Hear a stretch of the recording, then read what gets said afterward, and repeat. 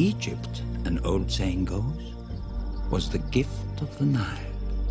But the Egyptians believed there was one thing even mightier than the Nile: the sun. The god they called Ra, the god who created everything. Each morning, with its rising, the sun god would be born. Each night in setting, he would die. But the next morning he would rise again, never failing. He was eternal.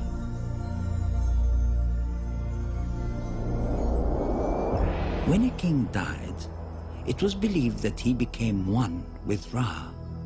His son, the new pharaoh, became Horus, the falcon, the living god on earth.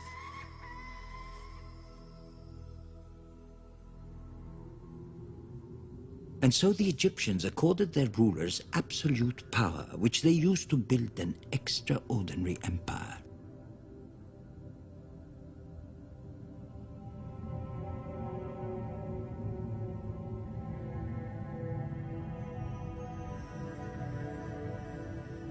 An empire of buildings so enormous and art so exquisite, we are still trying to understand how such wonders were created. How stones from the desert were turned into timeless monuments.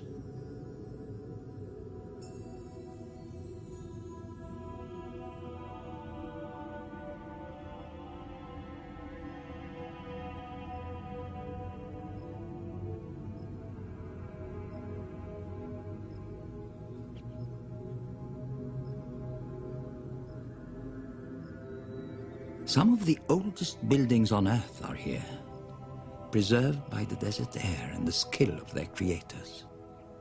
Some are so old that they had already stood 1,000 years when Tutankhamun was born.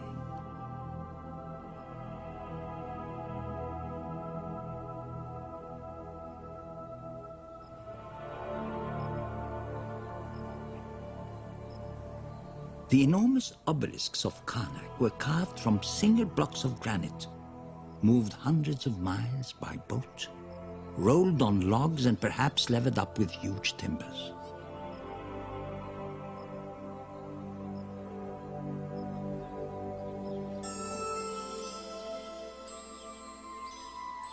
Giant statues of Ramses the Great carved at Abu Simbel are still some of the largest figures ever sculpted from solid stone. We don't know how they did it, but we do know why. To honor the pharaohs, both in life and after death. Honor the pharaohs after death? Does that have anything to do with mummies? Yes. Look at Tutankhamun, for example. When the young king died, the priests sought to create a magical new body for him. For 70 days they labored, drying and preserving the royal body with salts and ointments, then wrapping it in hundreds of feet of linen laden with protective jewels, charms, and amulets.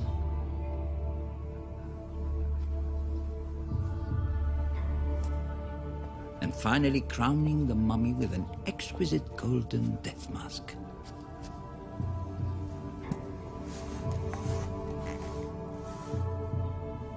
Tutankhamun was ready for the afterlife.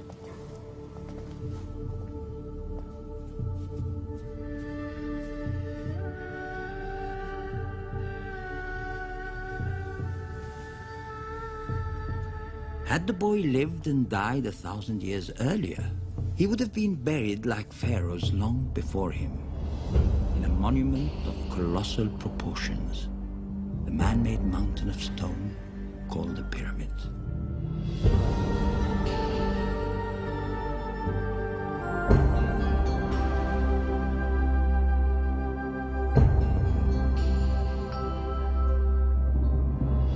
They probably saw the pyramid's shape as a mystical link between earth and sky, providing the pharaoh's soul with a stairway to the heavens.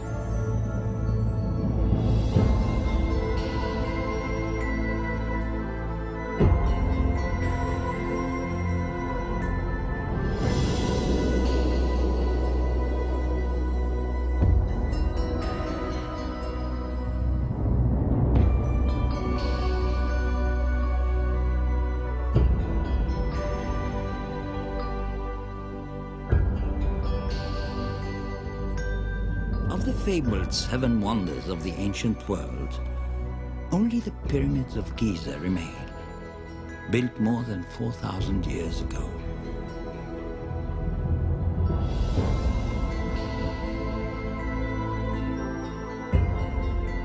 Nearly 500 feet tall, they contain some of the largest pieces of stone ever moved by humans, as much as 50 tons or more. Yet this was accomplished without wheels or pulleys or even iron tools.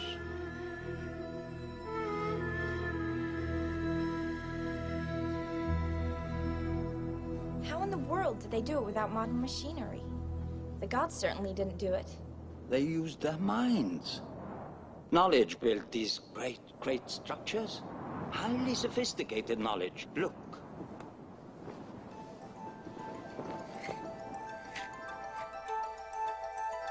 All of the Giza pyramids are built in perfect alignment with certain stars.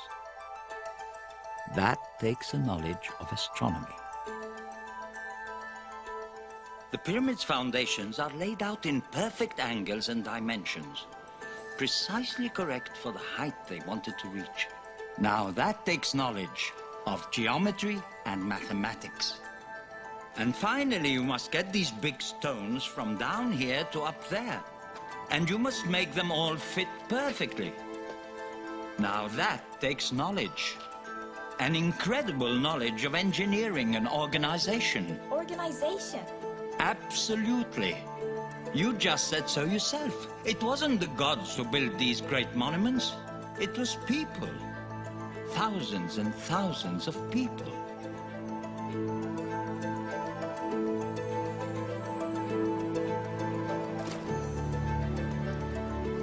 Imagine being one of these people living in a tiny village more than 4,000 years ago. Life would be pretty much the same, day in and day out, farming, herding cattle, fishing in the Nile.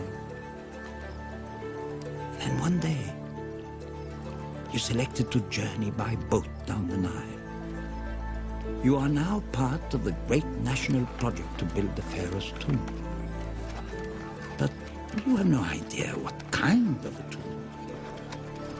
And then you see a monument to the sun, to life eternal.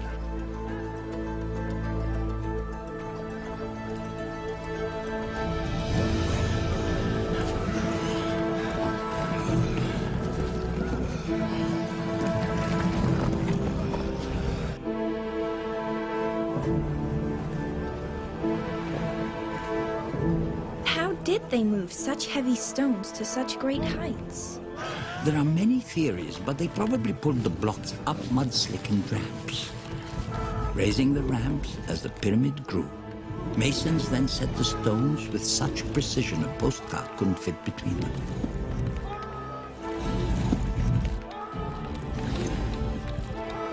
To create the Great Pyramid of Khufu, it took over 20 years, more than 2 million stone blocks, and some 20,000 people.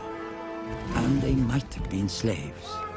But now we think they were mostly peasant farmers recruited to work here part of the year. With their help, the early pharaohs built more than 100 pyramids, 80 of which survive today.